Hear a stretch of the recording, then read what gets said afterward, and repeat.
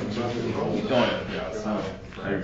was over there a week or so ago. Everything going normal. No, well, it isn't. Everybody waiting for spring. It's actually they just want to have more Yeah. It's nice out there. Yeah. I can do that. I can engage. Oh, good. But you know how it works. I got mine come. Sneaky message. You can't do that. I mean, she's got, you know, one thing about work on a farm in the wintertime, you only have as much work to do, but it takes twice as long, so. So she did. Call the meeting to order. Ms. Johnny, pledge allegiance to the flag of the United States of America, and to the republic for which it stands, one nation, under God, indivisible, with liberty and justice for all.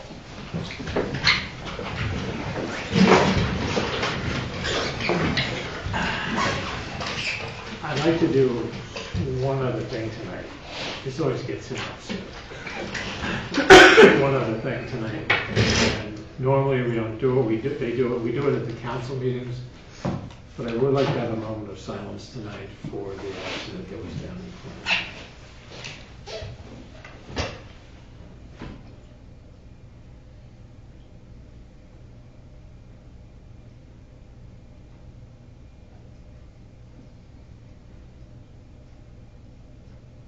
Thank you. Okay, authorize associates to vote if members are absent. And Simone is not here, so guess what? You get to vote tonight. Your vote counts tonight. Power might go to my head. First item on the agenda is the adoption of the minutes of the meeting of January the 13th. Do I hear a motion? I make a motion to accept the minutes. Is there a second? A second. We have a motion and a second. Are there any corrections, changes, anything? Hearing none. All those in favor of the approval of the minutes, please signify by saying aye. Aye. All those opposed? Minutes are passed.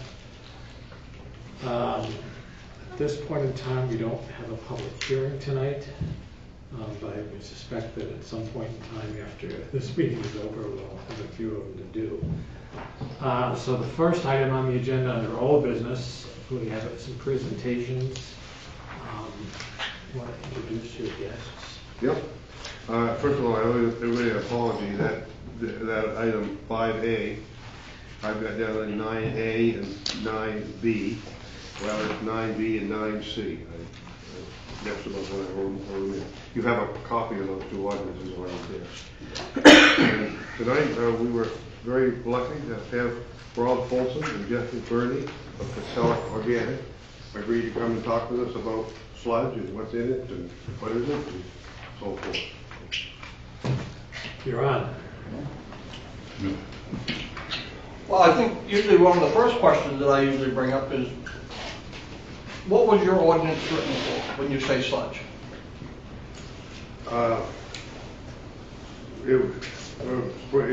To monitor the spreading of sludge or components made with the sludge in them on our fields was the idea. We actually had two ordinances. We had a temporary one, and then that temporary one talked about enacting the second one, and that never happened by vote. It happened by codification, because we said that everything in the book was a code. So we ended up with two of them. At least we feel that we probably ought to consolidate it to one. So it was all meant for any kind of solid coming out of a wastewater treatment plant, essentially. Essentially, that's what brought most of it up. You know, basically, I think a lot of it was Portland Water District was promoting the sludge in the area.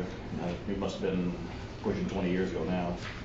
And Probably almost maybe more. 35. Yeah, I've been doing it for Right. over 20. So. And that's what brought most everything to a head at that Okay. point. Because that's what we look at a lot, is a lot of ordinances that most towns have. It was designed for however you want to use the phrase sludge. Biosolids is the common term used today.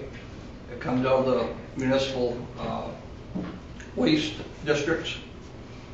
And it's not something that we propose to bring to any town. There are a few towns, actually only one municipality left that still does spreading of biosolids. And it's a highly permitted, licensed thing. What we normally do in the organic side of it, and unfortunately a lot of towns, when they use a broad definition when they said sludge. Sludge, like I said, biosolids that's one thing. What we typically do, and we have brought into town before, we got the okay, was a seaweed product from FMC in Rockland. We got the okay to do that.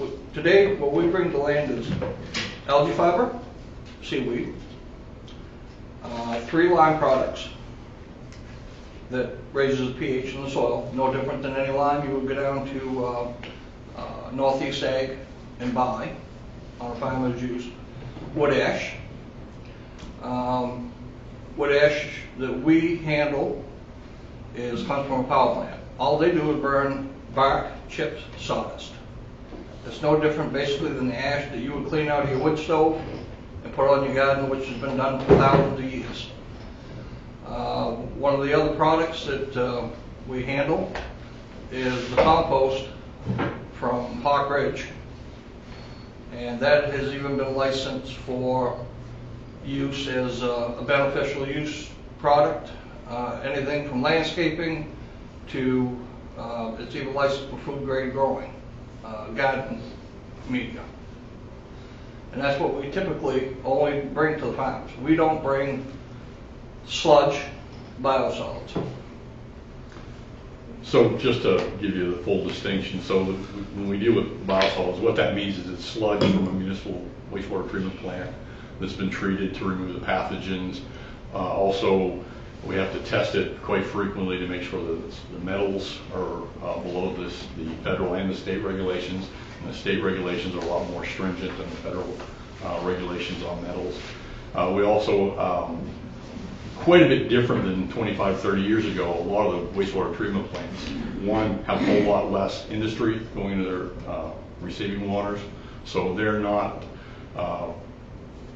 quote unquote as polluted as they used to be when the plants had there was no control of what the plant discharged, like paper mills and food processing. So today, with the EPA requires something called an industrial pretreatment plant. So that's basically like a factory has its own wastewater treatment plant and has to remove whatever contaminants that are not normal, like you'd find in residential waste going into their systems, and they have to remove that before they can release their discharges. So that's what's driven a lot of the metals down, a lot of the organic compounds like solvents and things like that, because the industries can't discharge them to the wastewater treatment plants. They're not sludge anymore. So Hawk Ridge, our compost facility, takes those sludges, brings them back to Unity, mixes them with sawdust and some recycled chips, and basically makes a Class A, exceptional quality compost. And that's a federal definition. So that means that it's been treated at the highest level of pathogen removal. So that's all the disease-causing organisms. And it also has to meet the EQ metal standard. So that means it's below not the ceiling concentration, which is the most metals that the compost can have. It's below the screening standard, which is when they actually start looking at whether that material needs to be managed differently. So if you exceed a screening level on the compost, that basically says you have to apply some sort of best management practice to it. And usually what that means is a reduced loading rate. So again, our compost is a Class A EQ or exceptional quality material, so we don't have any restrictions on it at all. As Rob said, the DEP has determined that it is safe for all uses. It's what's called an unrestricted product. That's the only material that we really manage. There is a biosolids pellet that comes out of Mass that we also manage, but then it's also a Class A EQ. those have been treated to get to the strictest level so that there are no pathogens. But we have to have them tested quite frequently. And we test beyond what's required, only because we want to make sure that the quality is there. You want to make sure that you're giving the farmers a good agricultural product, and you also don't want to have any kind of lasting impact on their operation. The nice thing about our material, it happens to be what's called a slow release nitrogen. So if you get a commercial grade fertilizer, and there's nothing wrong with that, but they typically tend to be synthetic or mineral. So that as soon as the water hits them, they want to move. So like a ammonium nitrate or urea, they tend to be quite mobile. So if they get in the soil and the plants use it up, good. But if they get a big rain right after you put it down, you can lose.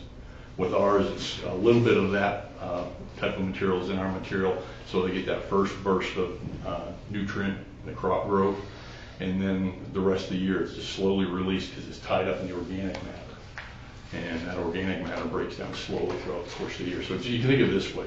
If you sat down in a buffet meal, you don't eat all the food in the first 10 minutes. You want to spread it out, and that's what our material does to the crops. It spreads out the way it's fed, so it doesn't lose the value of the nutrients throughout the course of the year.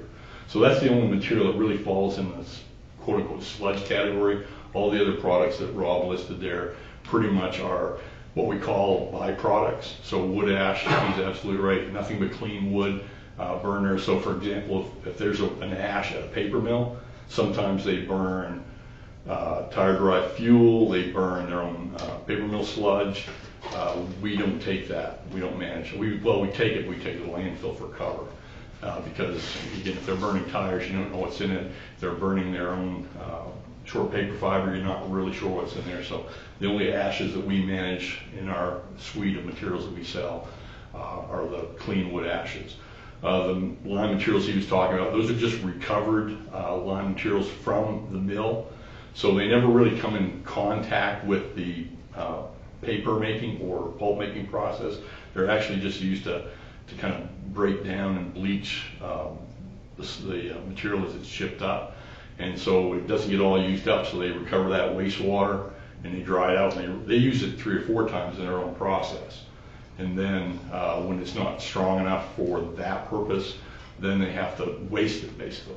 So we recover it. It usually is about 99% equivalent to an ag grade lime. So it's actually the same value as what we typically use in agriculture, but it happens to be lower than what they use in their process. So there's no industrial contamination in that material. The algae fiber, which is the leftover materials from seaweed when they process for carrageenan, which they use in gelatin, things like that. So again, that's a food waste sludge, if you want to look at it that way, but it's not a municipal sludge, so it doesn't have any what we call sanitary waste in it. So we're just here to be a resource for you.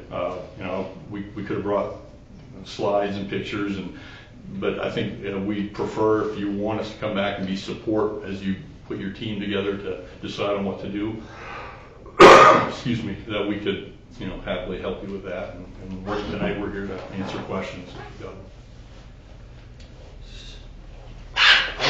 I've got a quick question.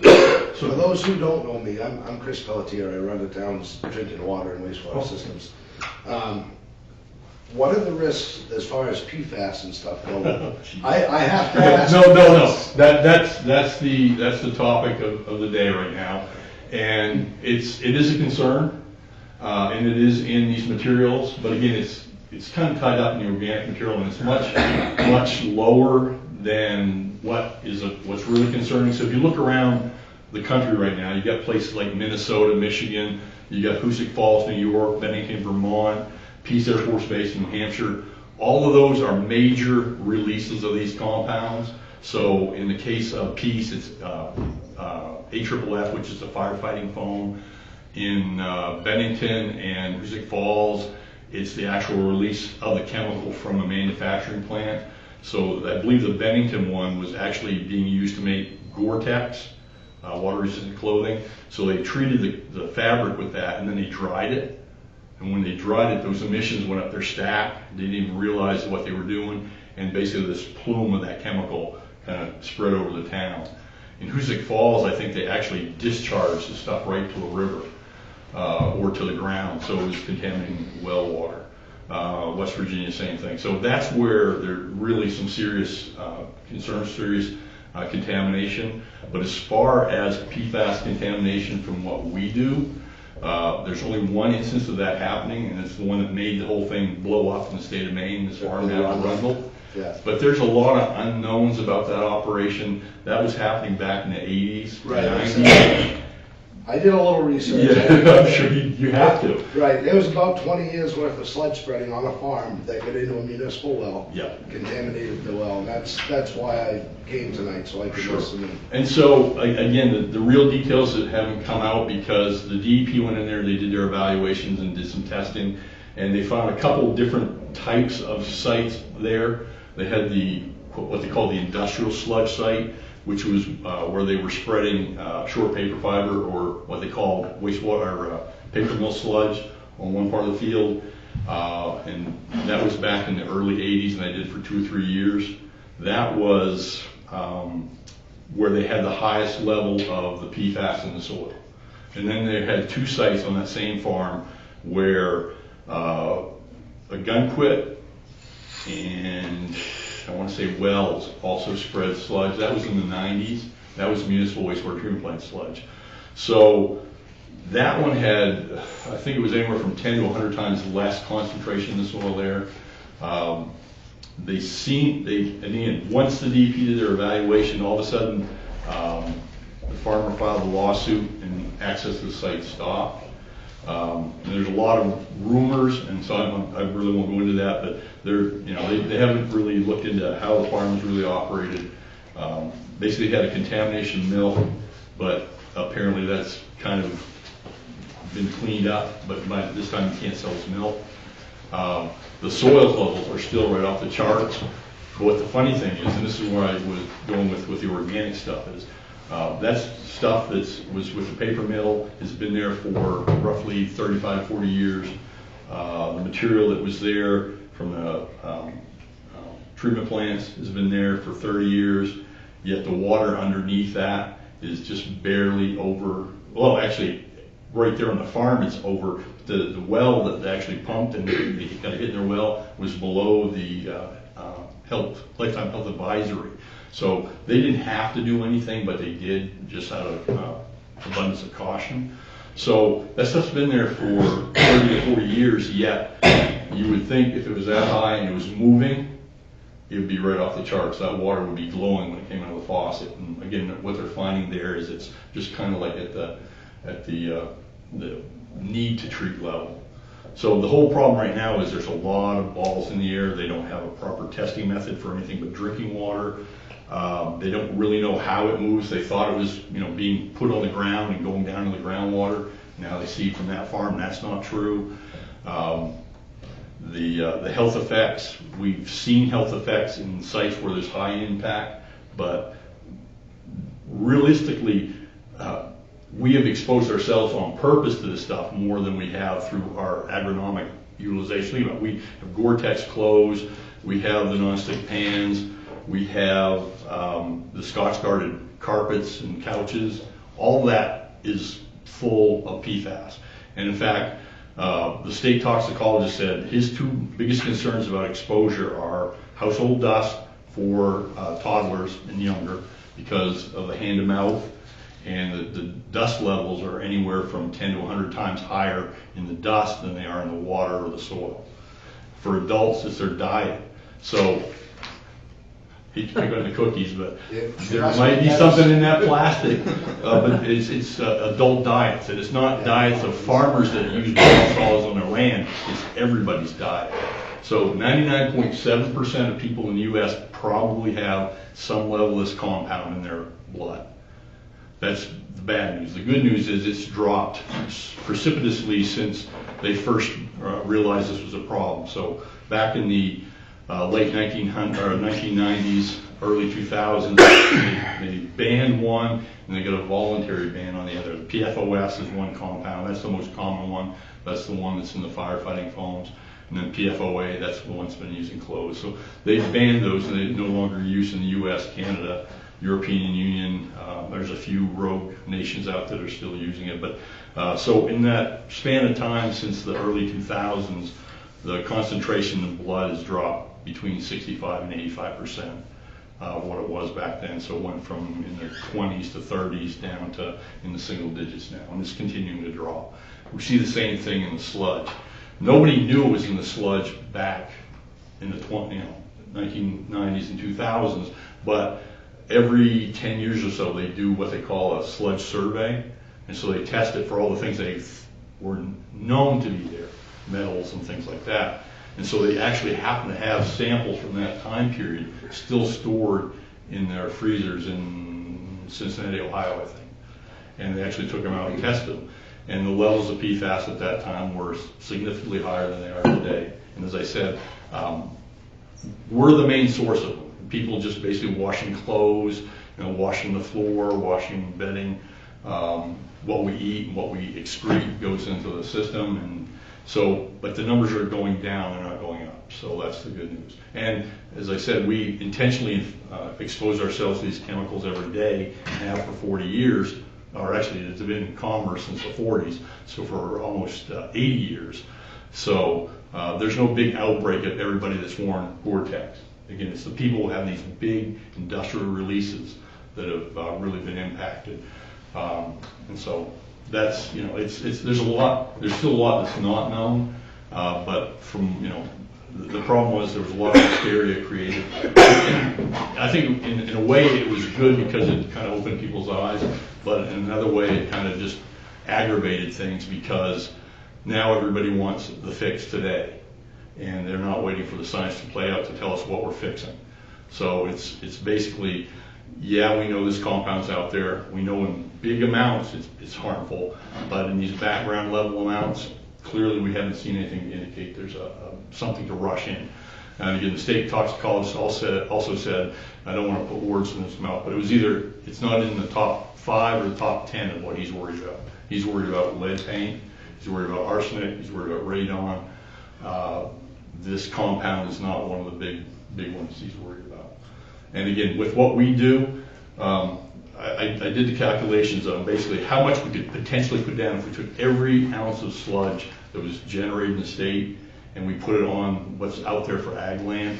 We can't even touch 0.25%.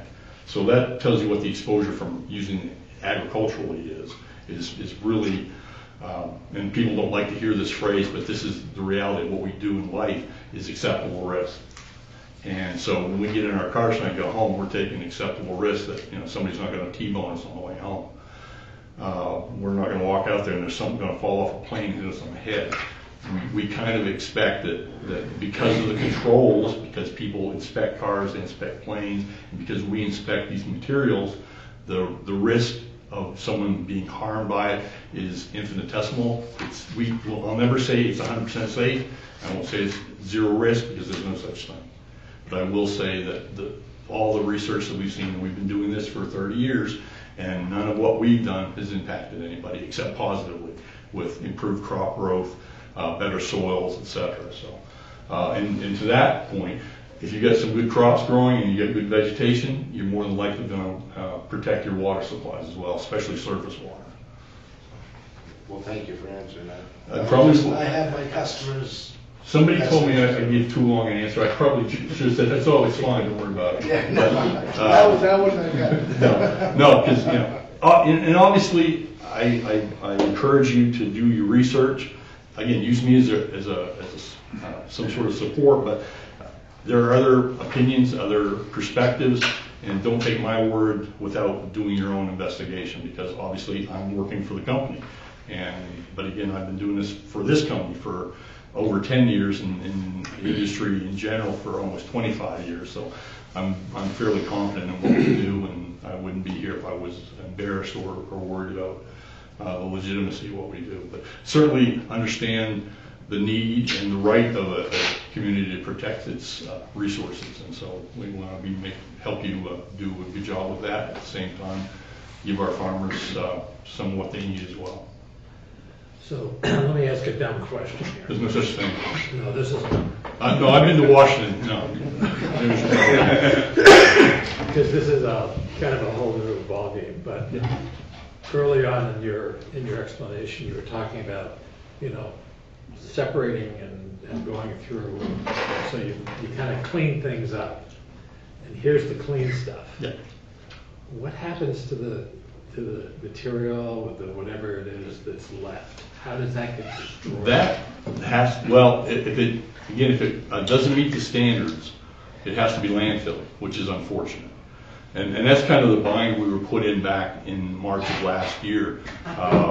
The governor, or the commissioner basically said, until we know more about what's in our sludge, we're not going to be able to distribute it or use it.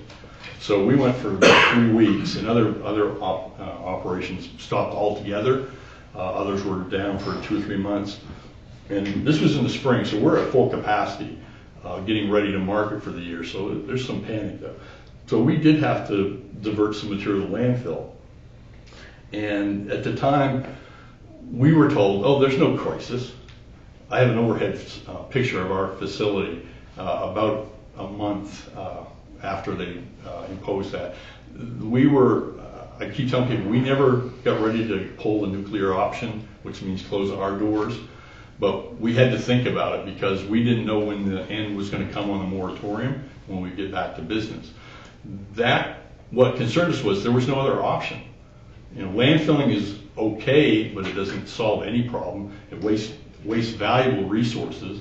And really the landfills, even though they have capacity, they don't have unlimited capacity for sludge because they have to treat that different than a regular municipal waste. Because it has quite a bit of moisture in it, typically between 75 and 80% of it is actually water. We have to bulk it up at the landfill, which means we need materials that will solidify it, make it that. Otherwise, the landfill cells can collapse and become unstable. And so when you have to take more material in for that, that leaves less room for the other things they're bringing, like construction debris, the regular household waste. It's just not a long-term infinite solution.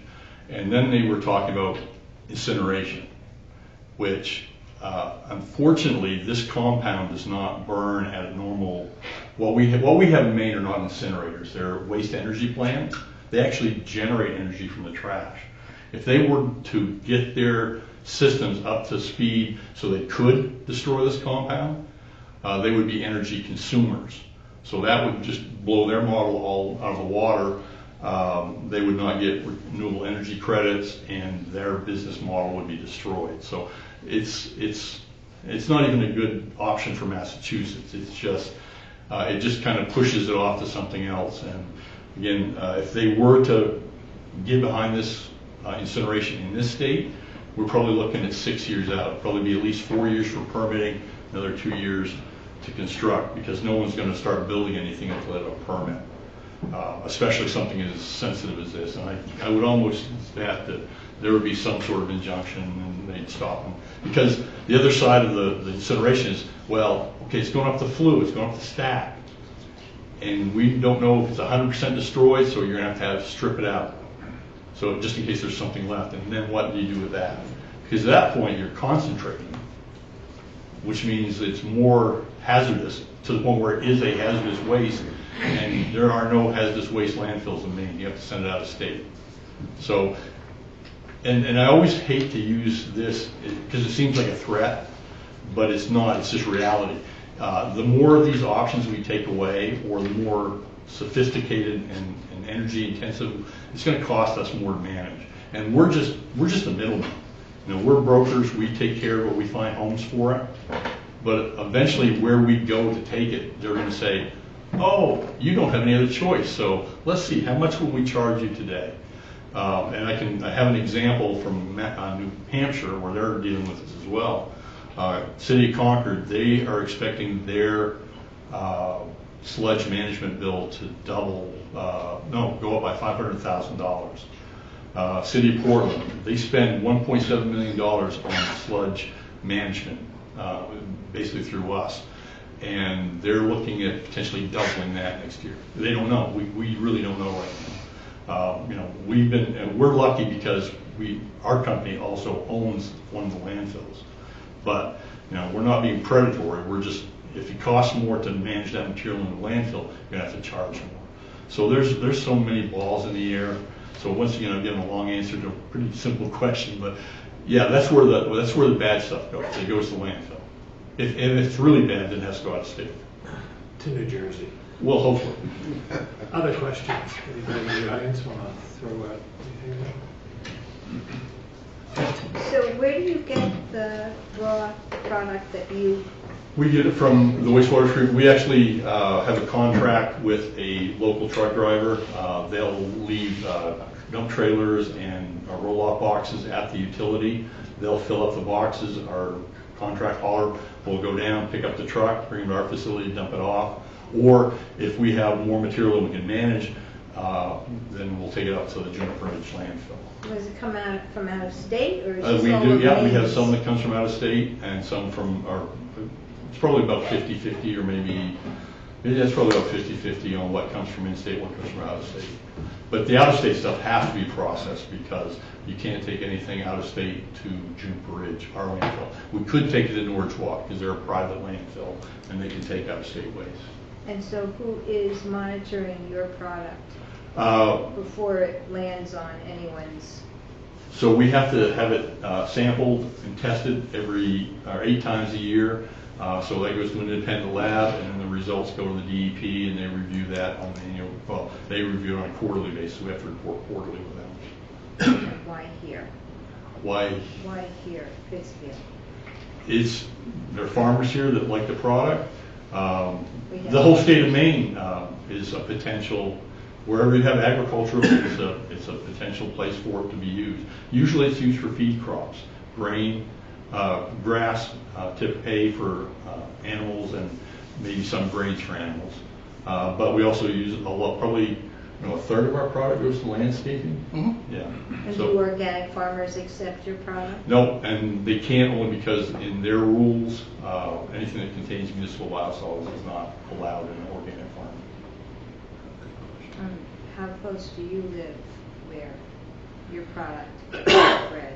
I live in Holden, and there's probably a farm that's a mile or two from my house, and I use it on my garden.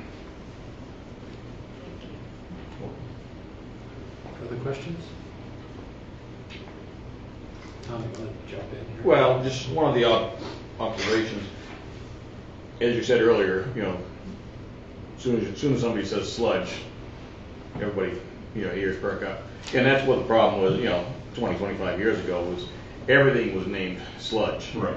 And that's one of the reasons why I wanted you fellows here. There's a lot of products out there that use the name sludge that have nothing to do with what people were trying to protect themselves from sludge. Right. I know years ago there used to be some lime sludge from mills and things of that sort, and and that was probably a mistake to have that word in there. Well, the stuff that's in your oil pan, that's called sludge. Right. Any, grease can be called it. Yeah, it's a bunch of different things. And a lot of people accuse the industry of using the term biosolids to fool people, but you have to define what it is, and it is defined as the solids from a wastewater treatment plant, sludge that's been processed, and that's how we differentiate. So you cannot land apply sludge; it has to be treated. If you don't treat it, it has to go to a landfill. If it's treated, then it becomes a biosolid, then it has value. We do this all the time with all kinds of what would be considered a waste. Like wood ash is a waste, but if you can show beneficial use for it, show there's no risk or no hazards to it, then it moves from being a waste product to being a beneficially used waste, which is what we're trying to do. We're trying to extract as much value and nutrients and liming ability and things like that out of all these products. And doesn't do us any good in the landfill. Eventually it's going to be a problem for the next generations to deal with. And the commercial products are big consumers of energy, so there's the whole greenhouse gas thing. We get into the science of climate change, but The difference between our product and a conventional agricultural fertilizer is they use energy to produce it. We capture energy. So we sequester carbon in the soil when our product goes on the ground. So it actually improves or lowers the greenhouse gas inputs. So there's a lot of other things that go into the value of what we do, but we try to just stick with the basics, and farmers like it. It's effective. It brings dead land back into production. It increases. I don't know how many times we've heard that they took a piece of land they hadn't done anything to for 2 years, and the next year they got 4 cuttings or 5 cuttings instead of 2. And again, it's natural that, the first year is always the biggest year, but it does level off, but it doesn't level off back to that 2, levels off to the 3 to 4. And there's not many towns that really restrictive, like Pittsfield is at this time. Clinton was at one time. A lot of places are septage Yes. land applications. But their ordinance was written about like yours. I don't know, but yours looks an awful lot like Clinton's, and I don't know which one came first. It probably came from MMA. I was going to say MMA had a template that everybody was using. And come to find out, once they really found out what we do and what we have, about everything we've talked to you here about today has been accepted in Clinton for, oh my God, probably 18 years. I've been here 20. And they've had no issues whatsoever. And I mean, I have a lot of customers in Clinton, very big farms, and they've just all improved their soil astronomically. One of them even has figured we've saved him over $1 million to bring his pHs up where they belong and stuff. We've had no issues at all with odor complaints, any violations of any type, any water issues or anything. So actually, we've gotten complaints from when we were managing Enmanor. Yeah. Not a big surprise. Yeah. And as Rob said, we do mostly Class A. There are people in our company that manage the Class B, which is a lower level of pathogen treatment.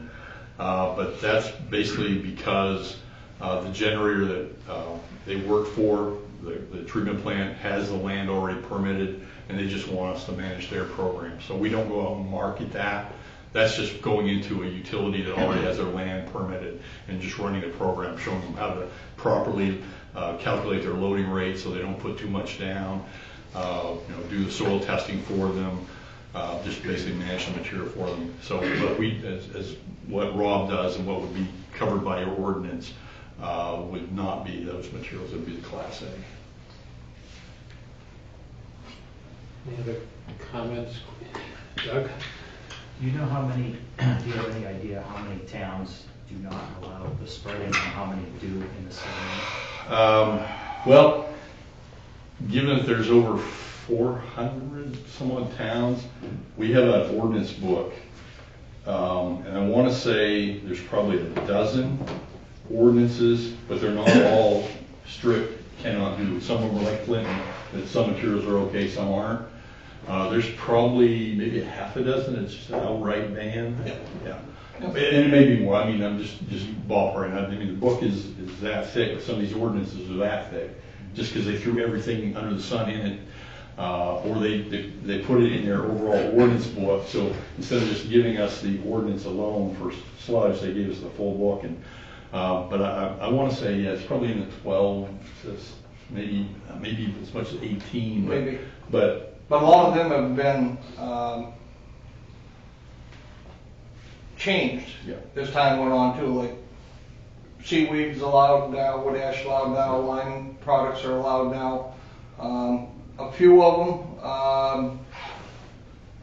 them still don't allow compost for whatever reason. So, but yeah, we have that. I mean, you should. One other question is, does it require a nutrient management plan to have spreading, and what's the total tonnage that you're allowed to spread? Lime products, no. They don't fall into best management practice. But those aren't sludges, so everything that's the nitrogen, phosphorus containing materials would be included in the nutrient management plan. And without a nutrient management plan, you're only allowed 100 tons a year. Right. And that's for everything. Doesn't matter if you have 5 acres or 5,000 acres, 100 tons. Stan? What did you say you received from paper mills? Paper mills, we get, it's called precipitated calcium carbonate, and also lime mud, or it's, goes by 2 names, lime mud or mill lime. But again, it's mostly spent hydrated lime. And you say this doesn't in any way come in contact with? With all the mixed liquor, yeah, the production chemicals, yeah. Now, do you test this? We only test it for the calcium carbonate concentration of it, and we also test it for metals too. Metals. Yeah. Yep. And is that done Quarterly. 8 times? Quarterly. Quarterly. And to Anna's question, where you said the other things get tested about 8 times a year, is that done when a truckload comes in and you test that particular truckload, or is it done in a mass? It's basically done after the material's been processed. So we do require all of our generators to provide us information on the material they're sending to us. So that will be anywhere from quarterly up to monthly, depending on how much they send to us. And then and after we've made our compost from their materials, we also test it. So there's 2 levels of checks to make sure that we're not getting any kind of hot spots. But no, it's not off a load, it's off of the generic product. So we'll go out there and take a bunch of sub-samples and mix them all together so that, this pile might have been created a month ago, this one might have been 2 months, this one might be fresh today, mix them together and have them tested. So there's no regular set schedule when you do your testing? Other than that the people that are hauling in know this is going to be tested this month? And no, well, yeah, anybody hauling to us has no idea what our schedule is, so it's kind of blind. So it would be like a surprise inspection to them. Yeah. And that's one of the things that's good about our operation is when the material comes in and they actually dump it right in front of our office where our dispatcher is sitting there watching them unload. So we don't get railroad ties and everybody's trash in the world, because again that tears up our equipment, and again it doesn't make a very nice product. Our most contaminated product we ever brought in was food waste from Colby College. Dishes, forks, plastic. Oh, it was a mess. Now the things from the paper mill, does that get tested the same way so many times a year, or do you do those loads on a more regular basis? Those are actually done at the mills, so they'll do a grab sample on them. So sometime during that quarter they'll grab a sample. So the mill tells you whether this. They send us the test report. Well, actually, like the ones I deal with, Oh, that's right. You actually I collect them myself. That's true. Quarterly. At the mill? Yes. From their helpers. Yeah, they don't know when I'm coming or anything. I go in, grab the samples, and send them out to the lab. It would concern me if the mill was giving you. Yeah, not the stuff I deal with. It's done by me. I want to make sure that my family. I came out of the paper mill. Oh, okay. That's why I'm a little skeptical. I hear you. Wood ash the same way. I take the samples myself. I want to make sure my families are getting, because I was born and raised on a dairy farm. Mm-hmm. My cousins still run one. I want to make sure they're getting the best product they can get and the safest they can get. Thank you. Are there other companies in Maine that do the same thing that you do? In Maine, there was one in Plymouth, but they were bad actors, so they're not in business anymore. There's one that's still taking care of an ash product, and but as far as sludge, there's a company in New Hampshire that actually manages some facilities up here. They have a local ag management company, Northern Tilth, out of Belfast. They work with that does all the on-site management. But as far as other sludge managers, I think we're the only. I think we're the only one now.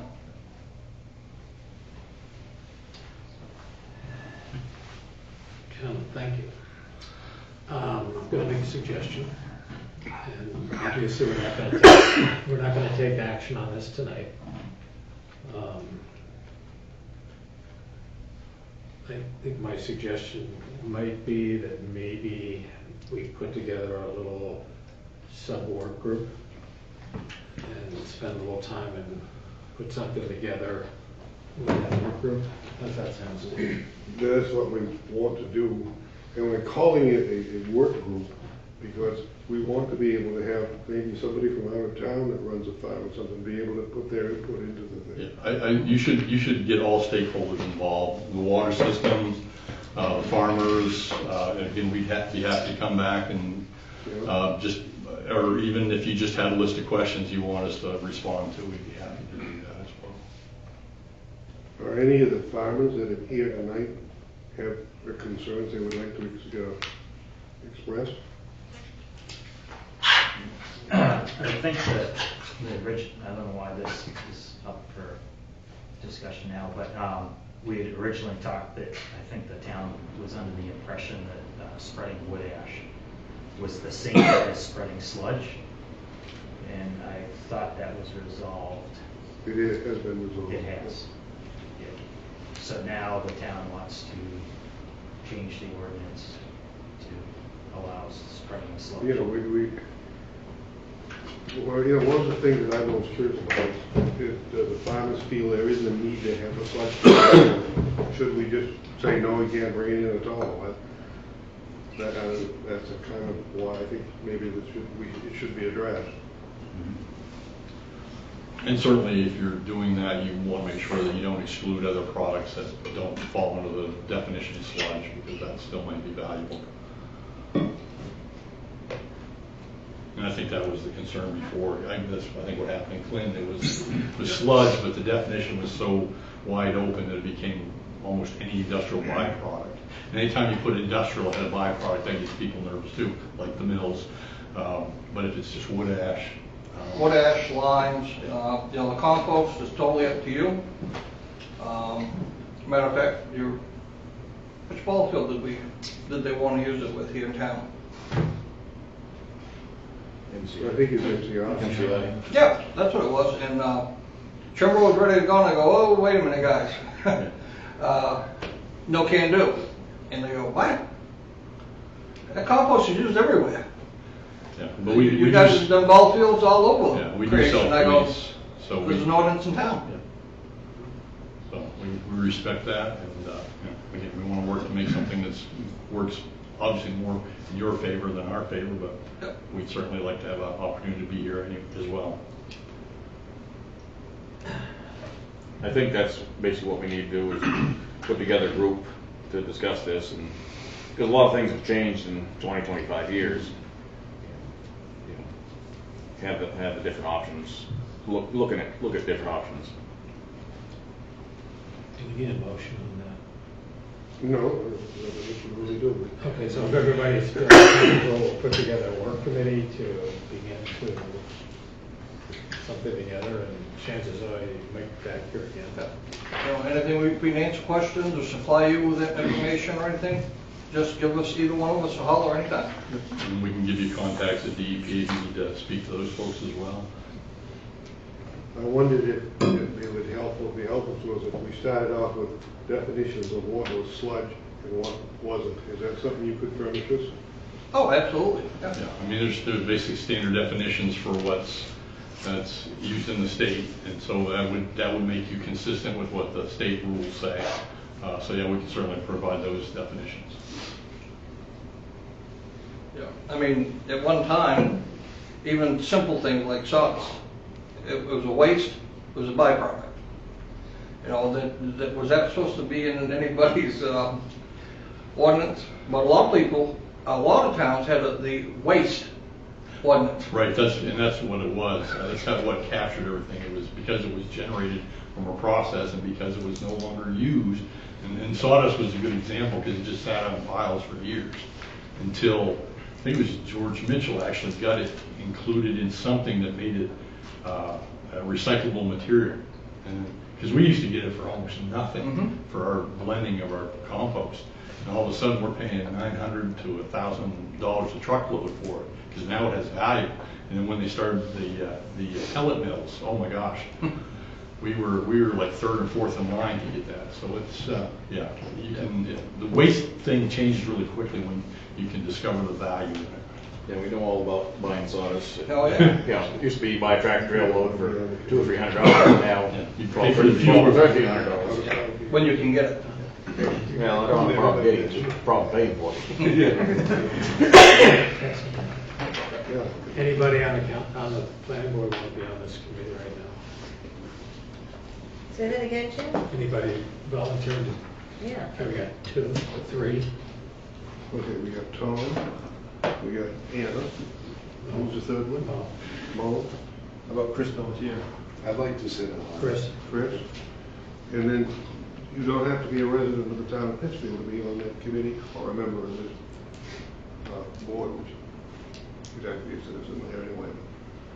Do we have anybody else in the audience that would like to be on it and have input?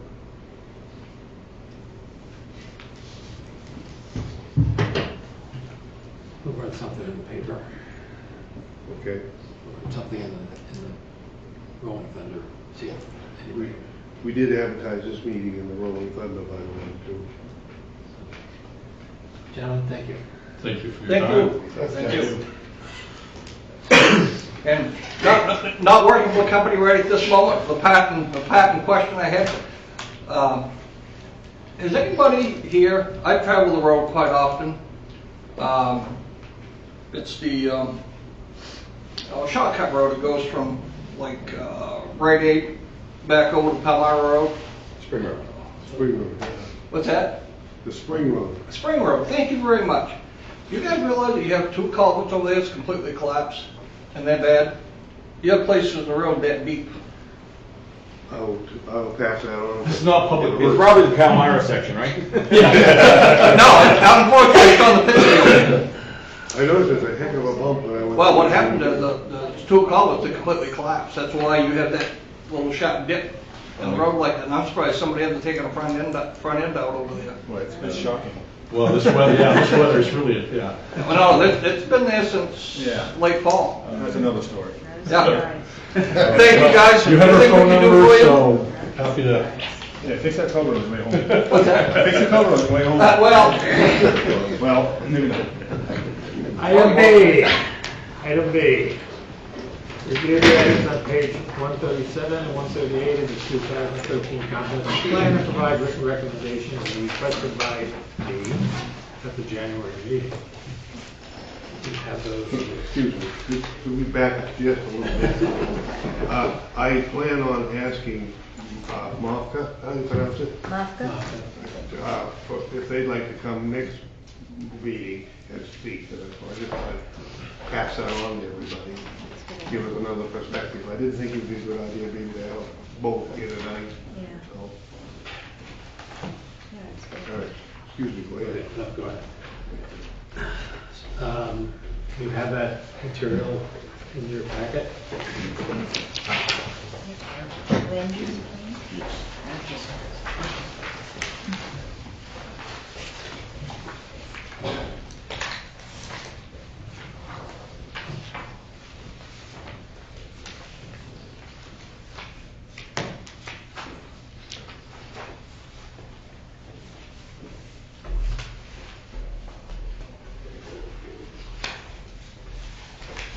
She snuck out of the room before I had a chance to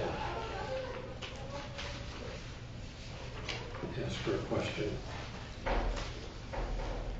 But Peter's on the council, so he can verify this. With this, we may want to kind of hold this off a little bit because at the last council meeting, I suggested that our group and the town council have a couple of work sessions. And those work sessions would be to establish a series of questions and maybe 4 areas to hold some community forums that would probably in the long term and the short term have some implications and some ramifications for updating something that doesn't say 2014 anymore. To make it a little bit more current and relative. Is that fair? And so, I think at this point, it's not going to be a work session after a council meeting, and it's not going to be a work session after one of our meetings. It's going to be a separate session where we really kind of devote ourselves to what do we want to do with the comprehensive plan, and what kinds of areas do we want to take a look at, because after we develop those 3 or 4 issues, then we'd like to have some open forums with community members to come in, bring in a trained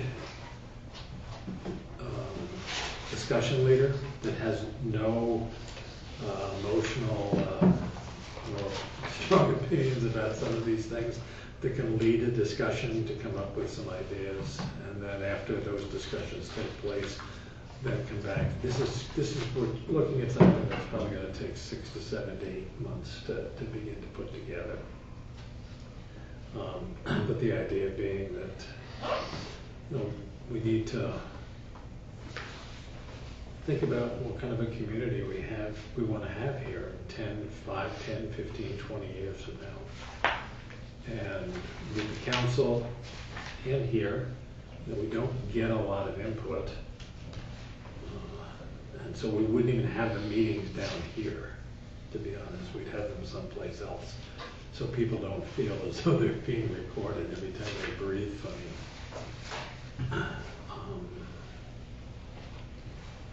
Just a suggestion. Do you want to add anything? Well, I thought a tentative date was thrown out for the 25th, but I didn't see anything on the calendar. No, I didn't either. But I think you're right. It was the 25th, and I think,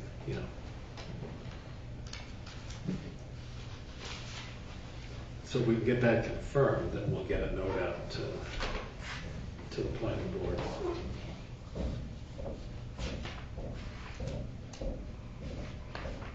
You had invited the members here tonight to make some written recommendations. Yeah. I wondered if anybody did that, or... On these, right? Well, if the last meeting you invited, or asked the members to do that, Yeah. and it was written on here that everybody before times or whatever. So, what is the ultimate goal? The ultimate goal is to kind of update. I think the ultimate goal is to kind of update the comprehensive plan. I know that it's been looked at by. Yeah. You don't basically update any of the information that we can act on. We're not actually going to update the plan.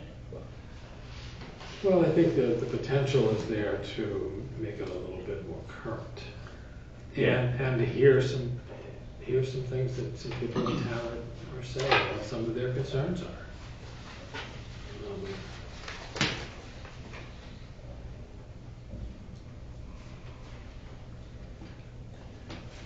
So, at the last meeting, you asked for some recommendations or some ideas regarding this, and bullet point number 2 on the first page of the packet that we were provided: increase the permissible density of R1 residential district by lowering the minimum lot size of unsewered lots from 22,500 square feet to 220,000 square feet. In addition, there are several other bullets that deal with population density and housing. We've spoken about tiny houses on numerous occasions, and I would like to suggest that we form a working group to try and put together some language. I had a meeting with Alan Plummer, who is the one of the state representatives for the American Tiny House Association, and he provided some sample language from various municipalities, as well as the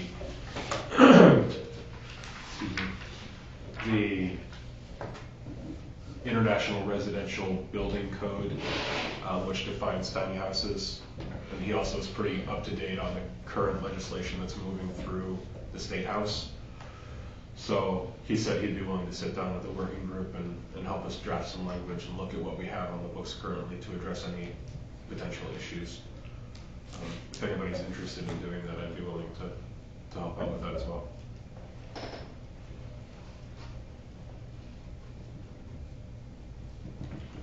That is a pretty good idea, I would think.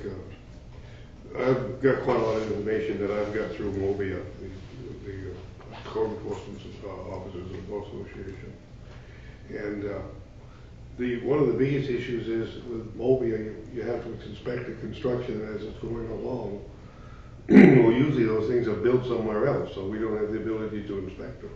So therefore, I couldn't inspect them and issue an occupancy permit. That's kind of one of the things I've learned from the other. Mobile homes, for instance, are built under a HUD requirement, and they have inspectors in their factory, the same way with modular homes that inspect them. But there's nothing like that I understand for teeny homes. Do we ever define the teeny home in terms of square footage yet?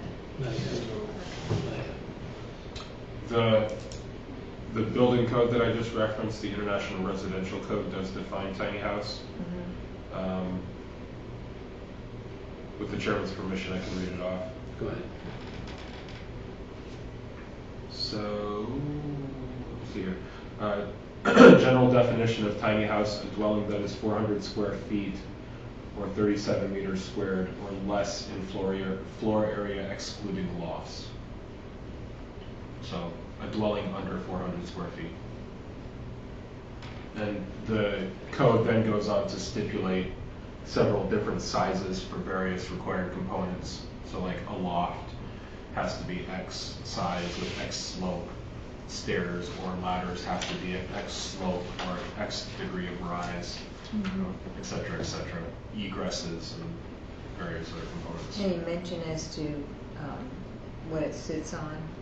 Sorry? Any mention as to what it sits on? So that's one of the shortcomings of this particular code, and I spoke with Mr. Plummer about this. This code doesn't necessarily discuss mobile tiny houses, right? So if it's on a trailer. There are some municipalities around the country that are addressing that, and there is a bill currently moving through the State House that would address that as well.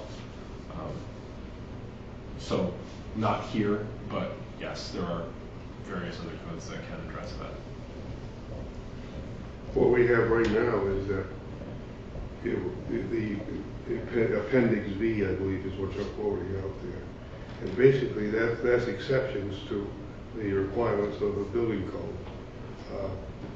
But that's just inside a mobile home, or a tiny home.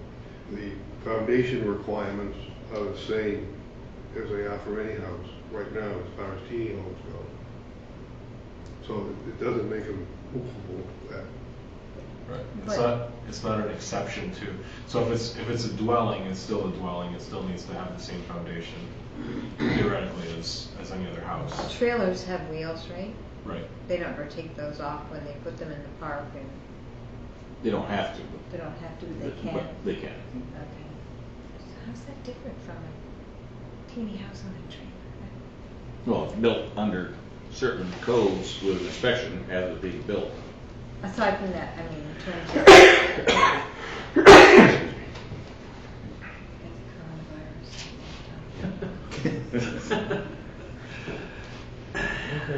I didn't go to China Main lately.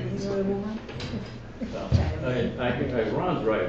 This is, we're looking at potentially a serious revision of our zoning ordinances right now. So I think this is going to take some discussion away from this meeting. And, I'll work with it. But where? Well, Where are you gonna put a 400 square foot house, in town? Well, I think that's one of the questions. Yeah. Where is this going to be located? Because as houses continue to fall apart in town, is somebody going to come in and say, I want to put a tiny house here, and is that what we're looking for? And so I think that we need to make sure that we try to cover as I'd rather be a role model and have some policies in place that people look at us as a town and say, they really gave this a lot of thought. Yeah, we do, well, we do have building codes, depending on where you are, codes for mobile homes. Yeah. And this is gonna be an addition, it doesn't have to, doesn't mean we have to plant them anywhere in town. We basically have to, like mobile homes, you're not gonna put a mobile home down on some of it has. So, I mean, this is something to talk about and a lot of decisions to be made. Yep. So we're in agreement to put together another working group. Yes. Okay, there's gonna be one more working group before this meeting's over tonight too, so. We're gonna love cookies. I'm not gonna eat those. There's a set in my house for 2 days, and I don't want them in there. Next time the trash can, right? So you put them here. So, no other suggestions in terms of things from the last meeting to tonight? Okay. Any other questions, comments? When we make a committee, like we talked about the sludge committee, we're gonna have a chairperson for that committee? Well, we could do it as, there's a new policy that's the first name on the list is the chair of that committee. They spoke too quick.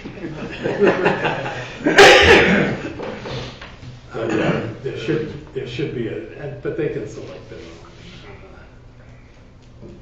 Well, I just didn't want to leave it hanging. I just wondered about when we wanted to meet him next time and what we wanted for information. Well, I think after we get we have the discussion on the signs next. And then what I'd like to do is come up with some dates for at least some feedback Okay. from the working groups. Yeah, Because this next one is going to be a hoot. And that's under new business. And the discussion of Chimbro's request for traffic directional signs. We've got some really nice pictures on the desk. Want to talk about those, Steve? Well, my thought is that we maybe could come up with a definition that directional traffic controls are a good idea for.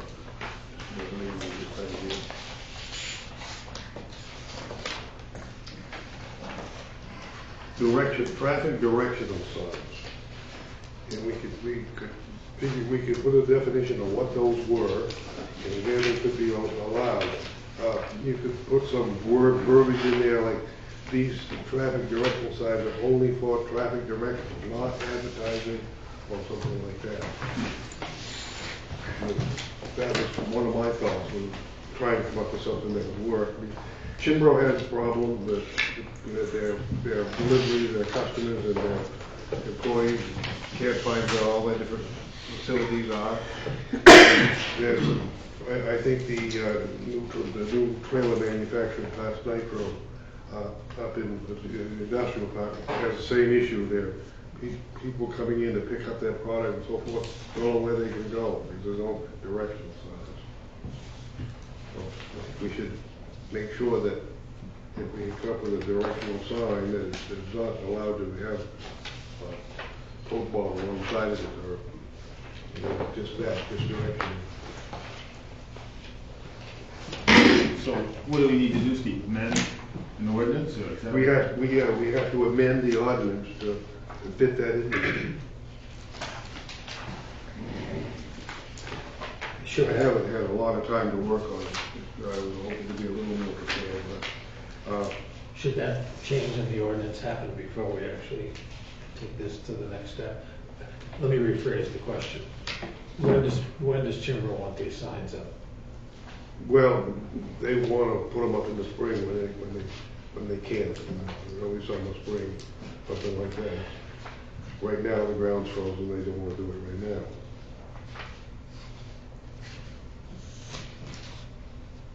like, the signs they have for Main Street, those would be between the sidewalk and their building?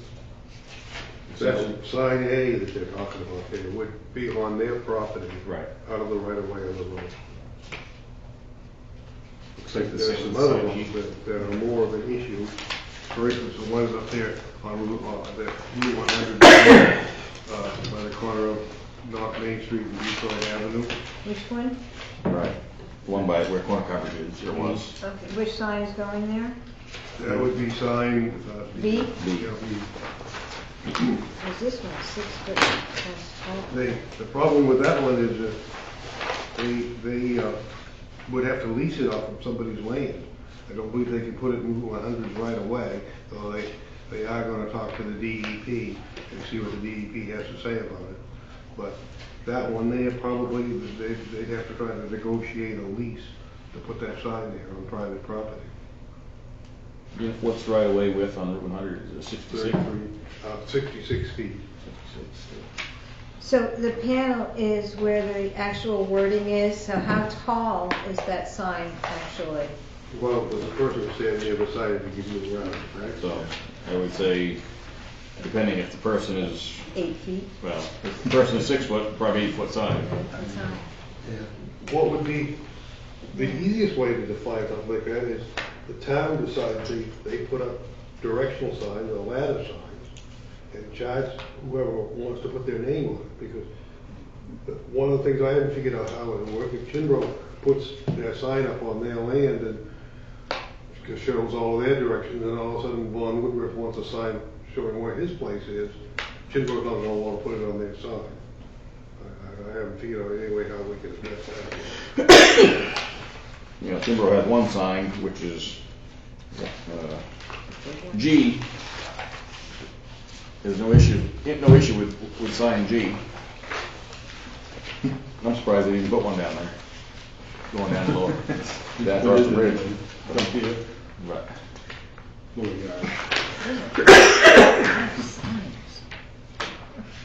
Well, both of them contain around the facility, so it's.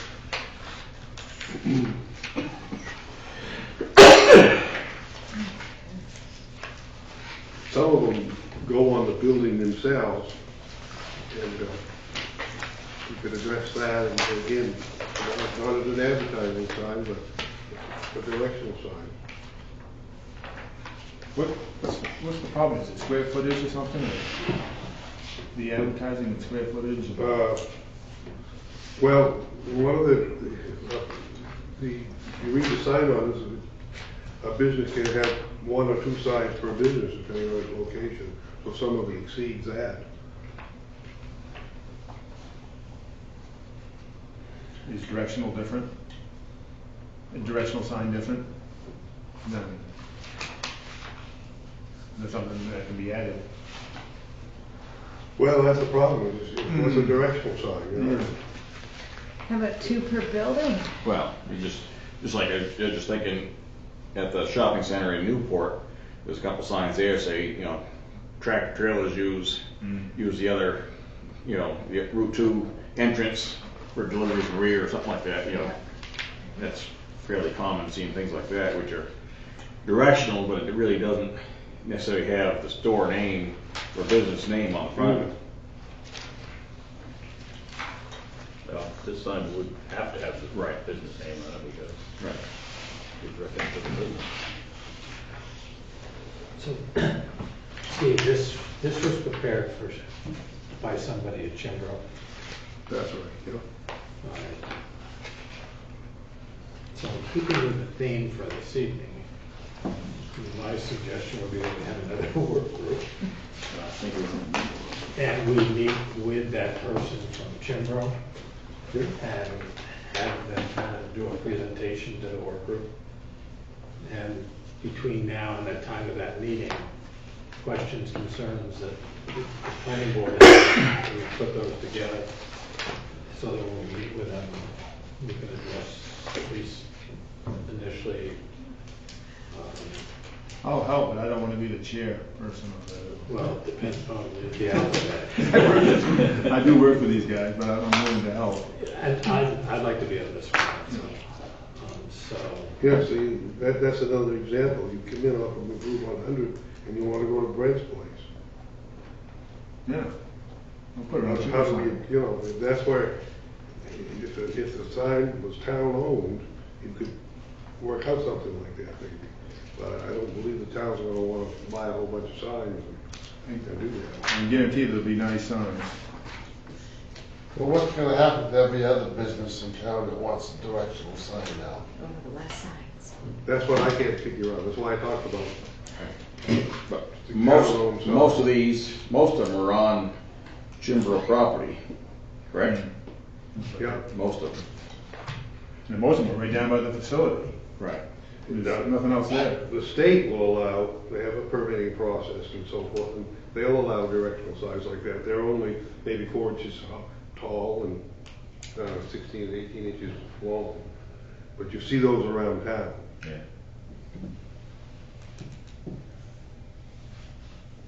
Just gonna open a really big can of worms for people who have wanted more than one sign, and Well, They can have directional signs. They need them, right? I think we would have to, add to the ordinance somehow. I mean, this is kind of an exception. I agree with you, Roy, that it's an exception, and it's probably a warranted exception. But what's the perception of the average resident here in Pittsfield gonna think about that? Well, yeah, that's, And I think that we do need to take that into account. Yeah. You know, and it would take, I mean, we would have to rework the ordinance so everybody's on a level playing field. yeah. You just can't just say they can do it and nobody else can. right. One of the provisions, requirements in our current ordinance is that you can't have off-premise signs. Can't have what? Off-premise signs. So if the signs are attached to their buildings? Well, no, Or on their property. The sign has to be on their property. It can't be at the corner of the road out there. Right. That would be an off-premise sign. That's one of the things we'd have to change. Yeah. But if they were leasing property, it's still considered Yeah, good. their property, right? Yeah, at least. Good. Well, if they're leasing it, technically it's not theirs. Right, but I mean, how many buildings or how many businesses in town? That's are leasing property property? owner's prerogative, right? At least that stays the sign. Because the only signs that, letter B and letter F would probably be the only ones not on their property.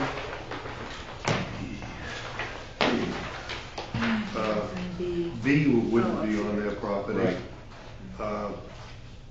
And then F wouldn't be on our property. Is the road between D and I, is that a free road or is that Yes. private? No, that's Pittsfield Street.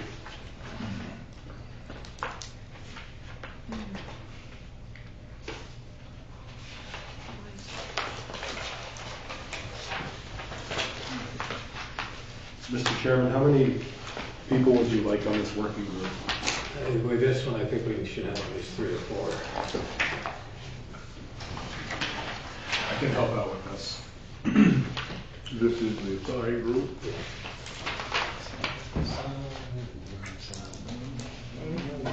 But, you know, Let's stand down also. Brent, you must be. Yes. I mean, I hate that. I know the signs for like Manson Park, there's a couple different signs for, turning different ways. Those are, town put those up, or are those considered state signs? Do they have a If they're content if they're on a favorite? numbered highway, they're state signs. Top I 10 expect. favorite. Are you talking about like the one next to the library? Is that what you're talking about? Yeah, possibly. I know I've seen a couple, What does it look like? isn't that a blue one or something? Yeah, there's Manson one that Park. kind of comes up and goes over. There's an arrow on it pointing down down the road towards the Size entrance is there. about that long. Yeah. Yeah, I'd say that was a state sign. yeah. It's pretty nice for a state sign. Do you think they have a top 10 favorite? Pardon me? You know, do you think that they're really, this is a lot of signs, but maybe they have some that are really important? I think that's a good question, and that's something that the committee, I think, Yeah, can Ryan, start I with. think- Give me a must list. Which ones, you know, do we really, or which locations are creating the most difficulty, the most challenge for people to find? Well, the biggest problem is when the tractor trailers come to deliver something that don't know where, you know, they're trying to take a right turn on Main Street. With their E. And that doesn't help. You know, that's why they want them to go left or north on Route 100 and then turn down by where the corner cupboard was. All right, we have 4 people on that committee so far. Who's the fourth one? Ron, Watson, Brett, Stan? Me. Oh. Who's working on this at Chimbrow? Steve? Harold, Sherwood. Okay. Same fellow that helped us out with the depot building. Yep. Okay. Any other, anybody feel comfortable with taking that action tonight? So when's the first meeting? Let me call him. Oh, okay, so,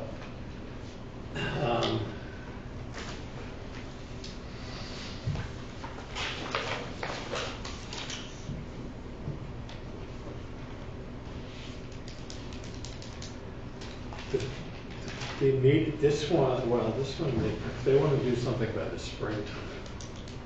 We probably need to contact Harold soon and get a discussion going, so sometime before the end of the month would probably be appropriate. I hate to push this off, but the one with the tiny houses, I think, can take a little bit longer. Yeah, it would be kind of nice to wait and see what the state actually does on the whole thing. The problem's the foundation, and then, you know, who inspects them as they're being built. Those are the issues. And then I would assume, and I'm gonna go with Peter, and I'll send a note to Heather tonight and see if she's still planning on the 25th, and I will get a note out for a work session. Once we have the work session with the council members, then I think we can come up with that other working committee.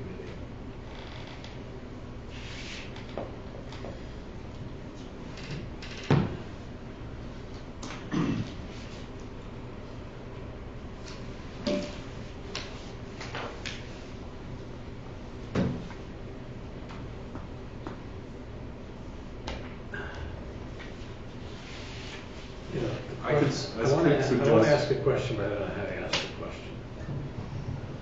So let me fumble around here for a second.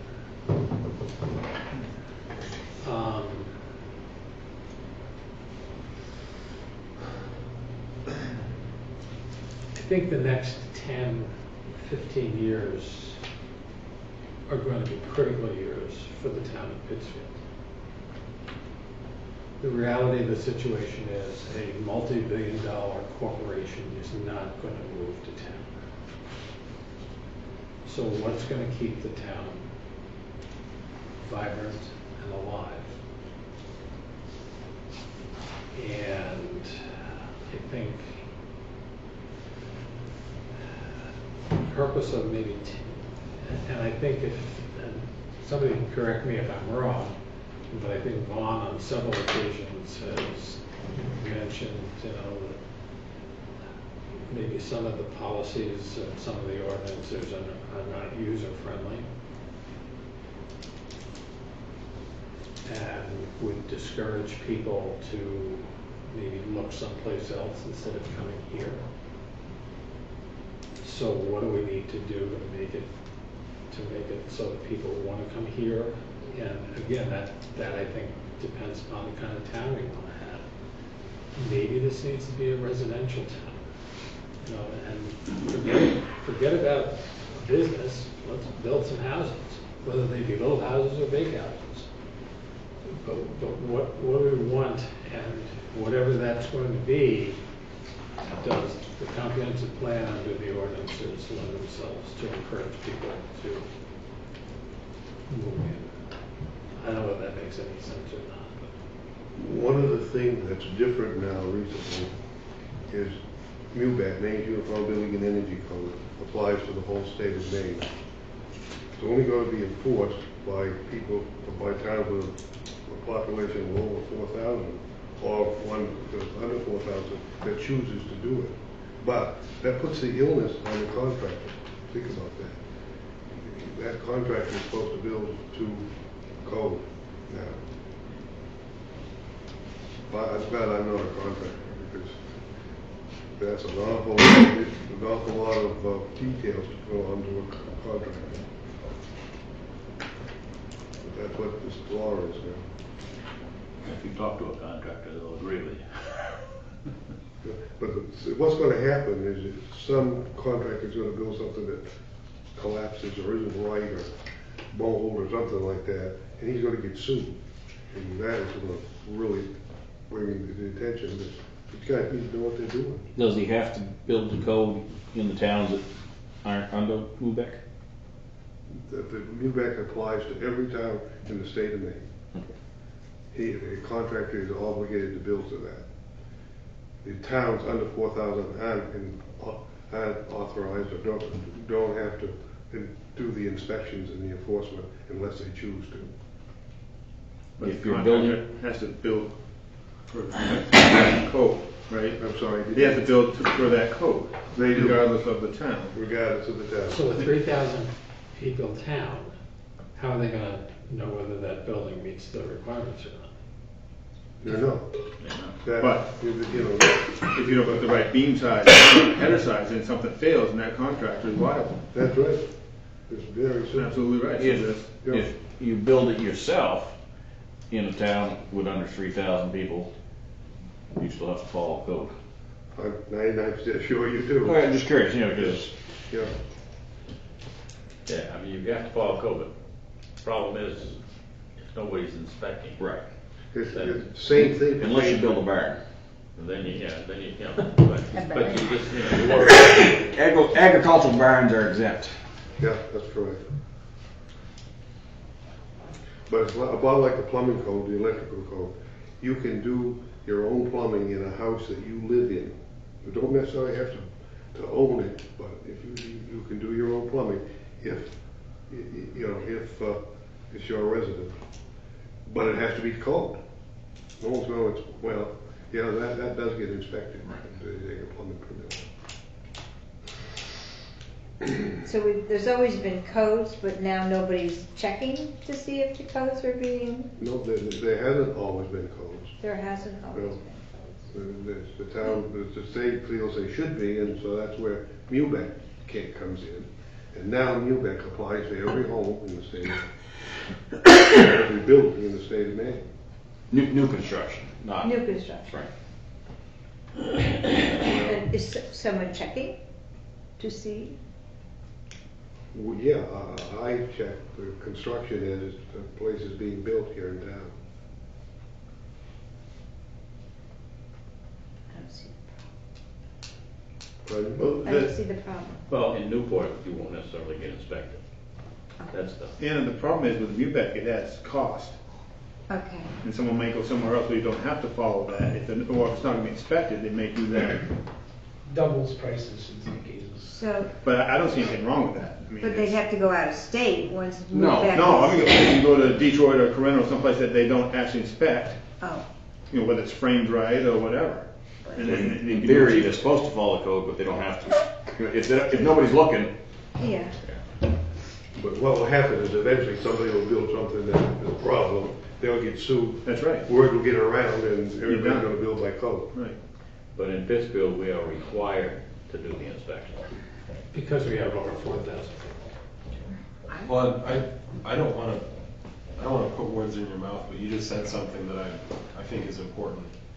I don't think that's necessarily a bad thing. No, it protects everybody. Right. Protects the contractor, protects the person building and buying the I wouldn't want a Prices are house going to not go, prices inspected. go up, but I would rather live in a town where I know that all houses are safe. If everybody's on the same sheet of music, bidding to the same sheet of music, then, And realistically, if you really want to know where people are moving to in the state, most of the time, they're not moving to smaller towns, right? I mean, there's a reason that housing costs in Portland are skyrocketing. And it's not because they don't have to inspect for MUBEC, right?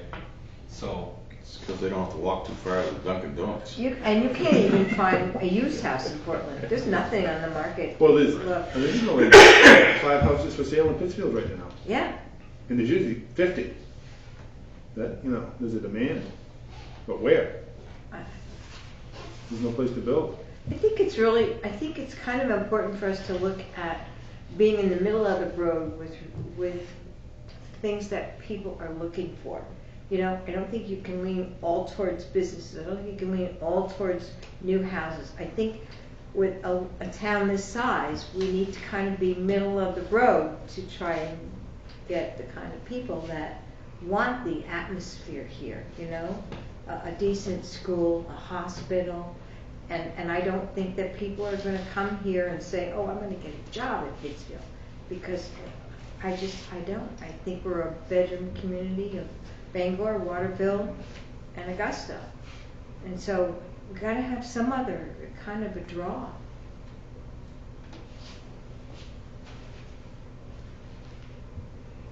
Oh, come on, guys! I didn't shut you all up. No, I agree with that. I think, in fact, last month, and I remember I just briefly mentioned a little bit, look at the town of Hamden up there, and it's been a long-term project up there. But I grew up in Orono, okay? I'm familiar with Orono, Old Town, Vesey, but that hospital in Bangor, those people that work there, they live in Hamden, okay? Hamden figured that out 30 years ago, and they started marketing and building a bedroom community. And they got all those people with this stuff working at the hospital came to Hamden. They moved out, and that's why I had talked earlier. Why are we so afraid of building in rural Pittsfield instead of, everybody wants them downtown, okay? And I hear the whole thing about the tiny houses. What's the tax valuation of that tiny house? How is that? It helps that person in that house, but how does it help the town? The tax valuation on that piece of property is not going to contribute a lot to the town overall. Whereas if we had neighborhoods where Colby College is growing down there, Waterville is growing, that is going to be the place, I would think, from Pittsfield to market to, and get those folks to come up and build some neighborhoods.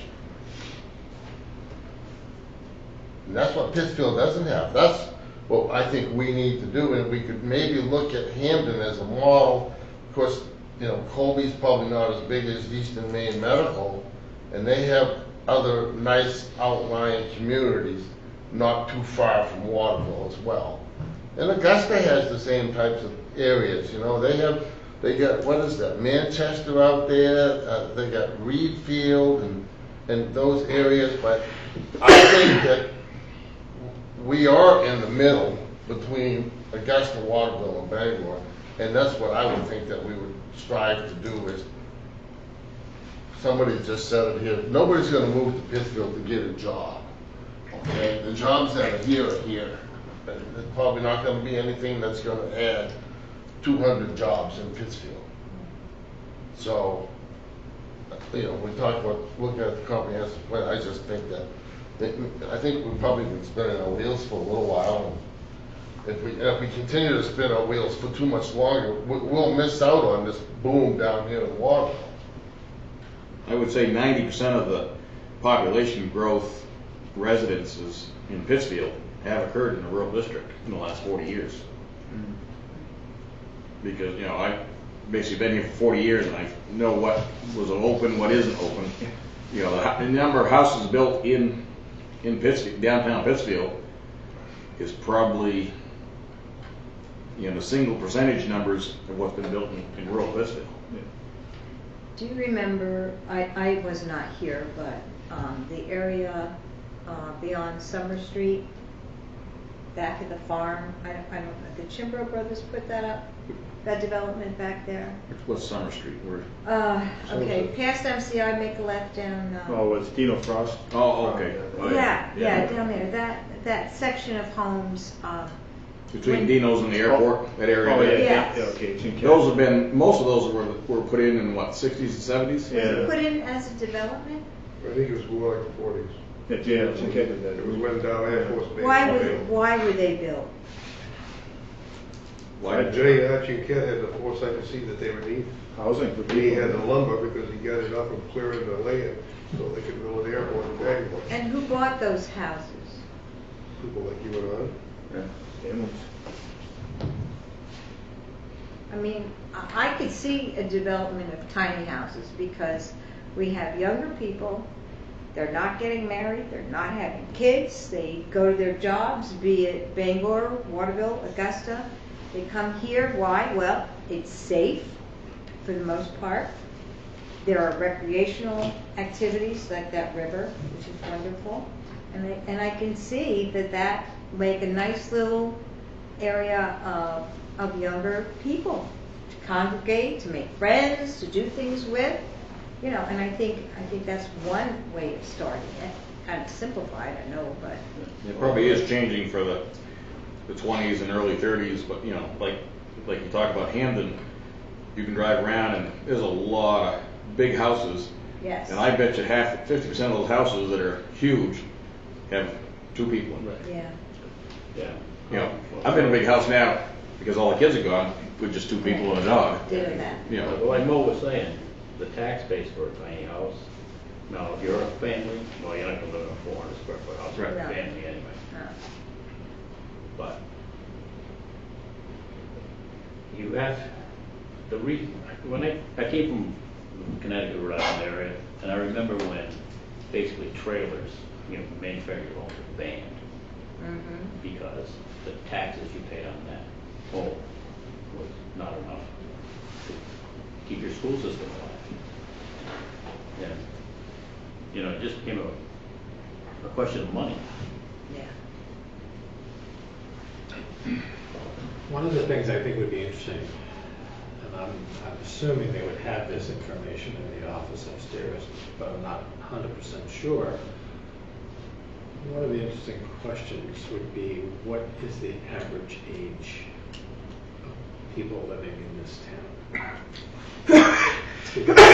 I think that you're going to find that, yes, we could try to get younger people to come in, but as I look around the room, some of us are a little bit older.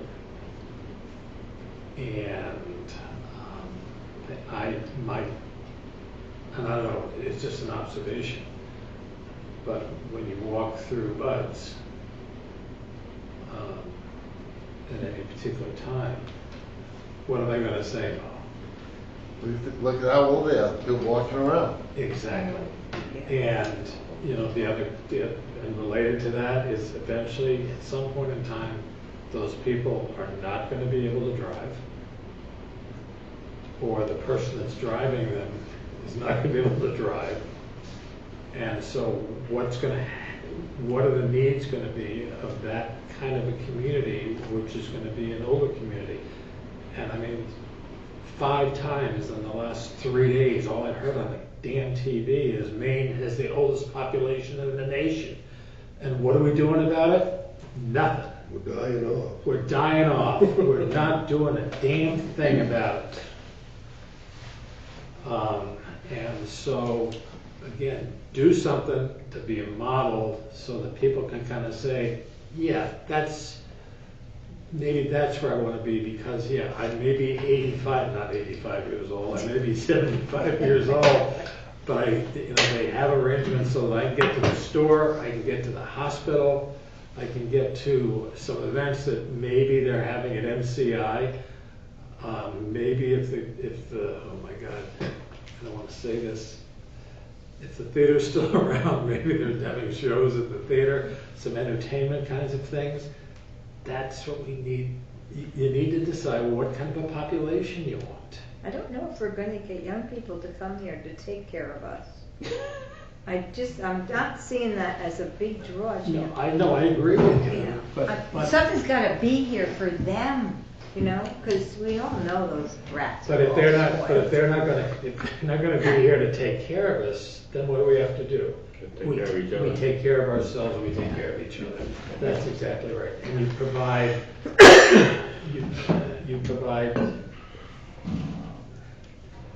and I don't wanna see an Uber driver in town, but, you know, you provide transportation for people who, Be 90-year-old Uber drivers. I tend to be a people person, watcher, and it's really interesting to see if you just sit in the parking lot and watch the folks going in and out of boats and the cars that they get out of and who's driving them, okay? And, you know, but if that's not going to be available anymore, there needs to be something to take their place. And I mean, it sounds crazy, but maybe we should have a couple of small vans and start our own bus transportation system in town so that people can get to the hospital. True, the hospital has a van, and there's the model right there. Yeah. Or that they can get downtown and they can get to Rennie's, or they can get to the post office, or they can get to Bud's, or they can get to pick up a trailer. No, that's not true, but, you know, what are people going to need? So what I'd like to find out is by the next meeting, see if there's are some statistics around that show what the average age in town is, and maybe compare that to 10 years ago. Yeah, I'm sure those. The census is being done this year, that information ought to be coming out with that, hasn't it? Should be. A quick comment on something that Mo said. I do progress inspections for the how people have financed and built a new home. I did 119 last year, and I don't think there was 2 of those that were in town. I can only think of 1. They were all nice subdivisions in rural areas, and they were all in the vicinity of $500,000. Wow. So that's what So where was he? all of the state. All of the state. I subcontract for Scouting and Savings to do those progress inspections. A lot of fun. And how old were the average people? mid 30s, 40s, that time. Damn, what are they doing? A lot up around Sugarloaf. Tom, I guess, you know, I mean, I look at you as a farmer, you're the one that looks at this land out there, and, you know, I kind of look at it like, we need to develop some of that stuff, but then at the same time, some of the roots of this town is farming. But who's farming, and do you honestly think the farmers are gonna come back? Not on the scale that there was, never will be. And I can almost guarantee you that, you know, like the dairy farms in the state of Maine were down to like 150, and I can guarantee in 10 years we'll probably be down to 50 or 60 in the whole state of Maine. You know, it's a dying industry in a lot of parts of the country. Yeah. It's the root of the egg producers, right? Yeah. Yeah, it's not around. You know, fewer producers, larger volumes, more efficient. You know, it is what it is. You know, if I have my choice, I'll be gone shortly. Farming. You never know. I'll go one route to the other, probably. So. But it's just, you know, I don't have another generation taking over, so, you know, I'm trying to have someone else take over to some extent. But, you know, Fletcher's Farm there's another generation there, but, you know, long-term outlook isn't good. Too much like work. Well, it's a lot of work, and you know your return on investment or whatever is I bet you we're 50% less than we were just 20 years ago.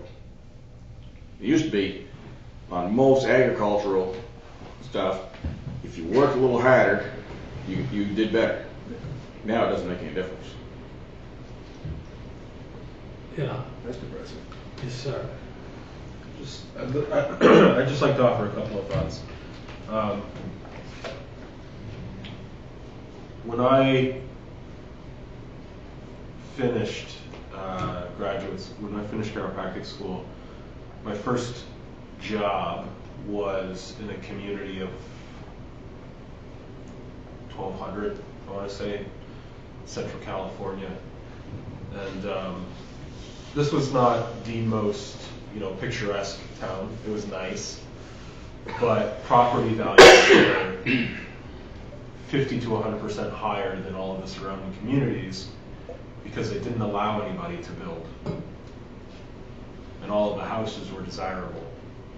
So I think that while we do want to offer some opportunities for expansion, I think that there's also some benefit to restricting some rural development, similarly to restricting some urban development, because we don't want to create a situation of urban sprawl and lose some of the things that really attracts people to Pittsfield, right? Like, a lot of the people in Hamden and other communities like that will spend weekends traveling to farms, right? I mean, agritourism is a whole industry now where people just pay to work on farms for weekends, right? So there is some benefit to having a rural feel to a town like this too.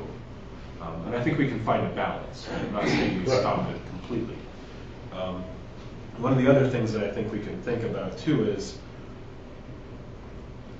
it's very difficult, and I say very difficult because I don't like to use the word impossible, but I think it's very difficult for any organization or body to, in a top-down manner, plan growth and development and have it come out how they think it will. So when we're looking at these options, rather than saying this is the type of person that this is going to bring and here's what their income's going to be and here's what their age bracket's going to be, I think finding ways to provide opportunity for organic growth or organic situations to arise can be helpful, right? So, for instance, most of my income comes from my teaching position, and I don't have to leave my bedroom to do that, right? Because I have high-speed internet in my house, and I can work for a university out of Portland, Oregon, and I've never been to Portland, Oregon. So if we had high-speed internet access throughout town, and not just in town, but throughout Pittsfield, maybe somebody would want to buy a big house outside of town, start a family, and start an internet-based business.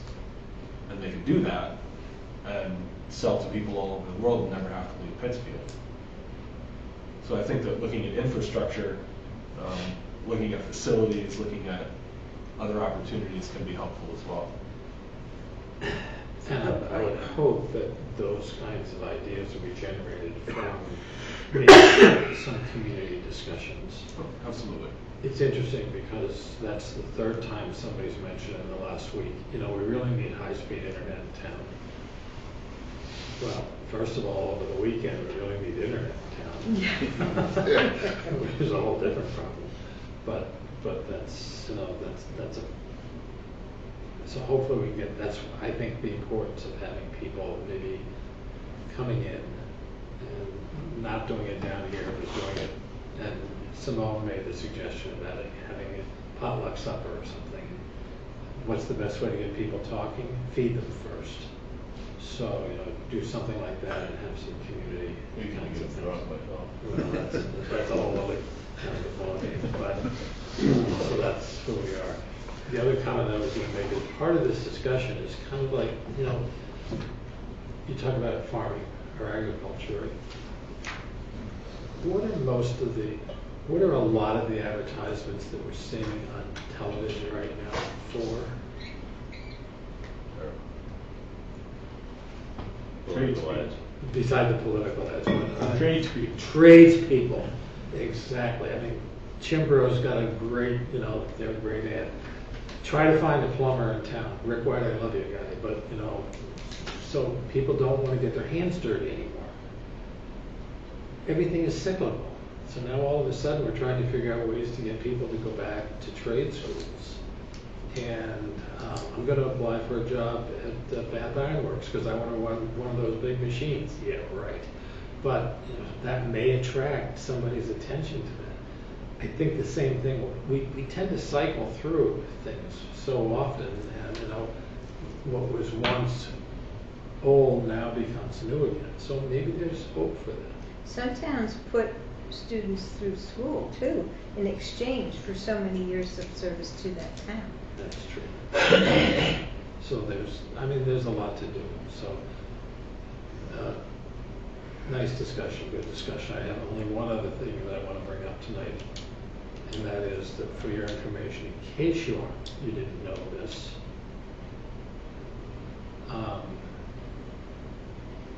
there may be some movement on getting some of the buildings in town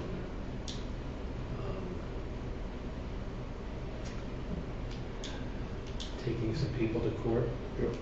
We'll be taking 2, and then there's 9, then there's 7 others that will be getting attorney's letters. But we have a plan and the money for 2. One of them being Somerset Avenue. So it's a start. Catherine said the one on Altoma? Yeah, what's that cross street there? The one on the corner. Yeah. That's one out to bid. It went out to bid, there were no bids. I don't think it's gone out for bid. Oh, it's going out for bid. It's going out for bids. But again, when you take a look at that property on the map, You run some numbers on that, it's not worth buying it, you know? no, it's not. Because you have to tear it down. The lot is like 40 feet by 68 feet is a small lot, only 40 feet wide. There's a 20% setback. So it means you're going to subtract 40 Well, we feet talked off about of it, that. and you got nothing left. Can you get variances for that type of thing? I mean, it's, Well, your grandfather, yeah, we talked about that too. the guy next door ought to buy it and make it his lawn. Well, yeah, I think he would like to, but, you know, Well, we can work some deals. yeah. And maybe that's a possibility. But I see, if you start doing things like that and you say, you know, okay, this is going to be, and word gets around that, hey, the town gave me a pretty good offer to get that piece of property, that may help in some other areas as well. And it's all perception, it's all public perception. And, you know, I think that perception is, What would it cost to tear that building down? Well, I mean, if you're looking at it, probably, 8 to 10 grand to get rid of it, and what's an in-town lot worth? 15 grand. You know, why would you buy that for? another park, put another park on it. Yeah, 8 to 10 Well, grand. I mean, yeah, you wouldn't pay anything to buy it. Good place for some metal art. Ooh, you know anybody? Good place for what? Metal art. Oh, metal art. Oh. Community garden maybe, and that would apply. Any other business for tonight? Good Where's that discussion. lot out on the Canyon Road that's up to bid there? There's one on, We across from his place, across from that red school. is that it? Is that what it is? Yes. Well, it's across the road. It used to be Used to be a shelter, a animal dog shelter. shelter, a dog kennel, yeah. And that's burned down, isn't it? Well, the dog shelter part of it. The main house is very repairable. Oh. How long is that? I did it, dry basement. It's on the north side of the road? No, south side. Right across from the antiques. From the old antique store, the red building. On Howard the side. Road. Yeah, right across from Howard Road. Oh, okay. Did that sell, or? No, It used to be pennies, you know. But I think it was on, this a tax acquired property, isn't it, in the town? yeah. I don't know, I think that nobody bid on it. No one bid on it? I'm not sure on that one. One of my goals would be to see a nice picture of Pittsfield on that brick wall back there. Like the one that's in the bank over here.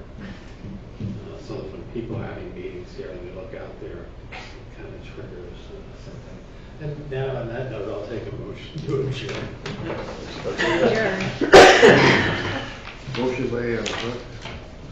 Second? Second. So, thank you, people.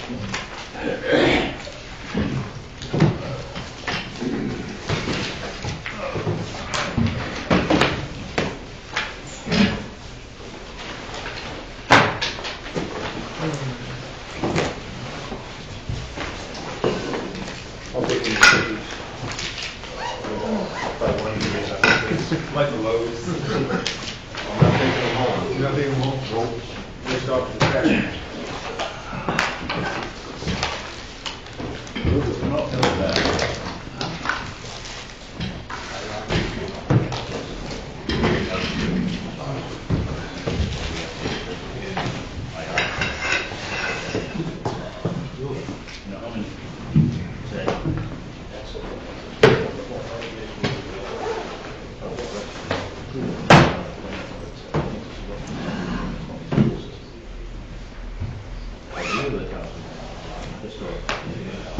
So my kids moved away from here, this is nothing.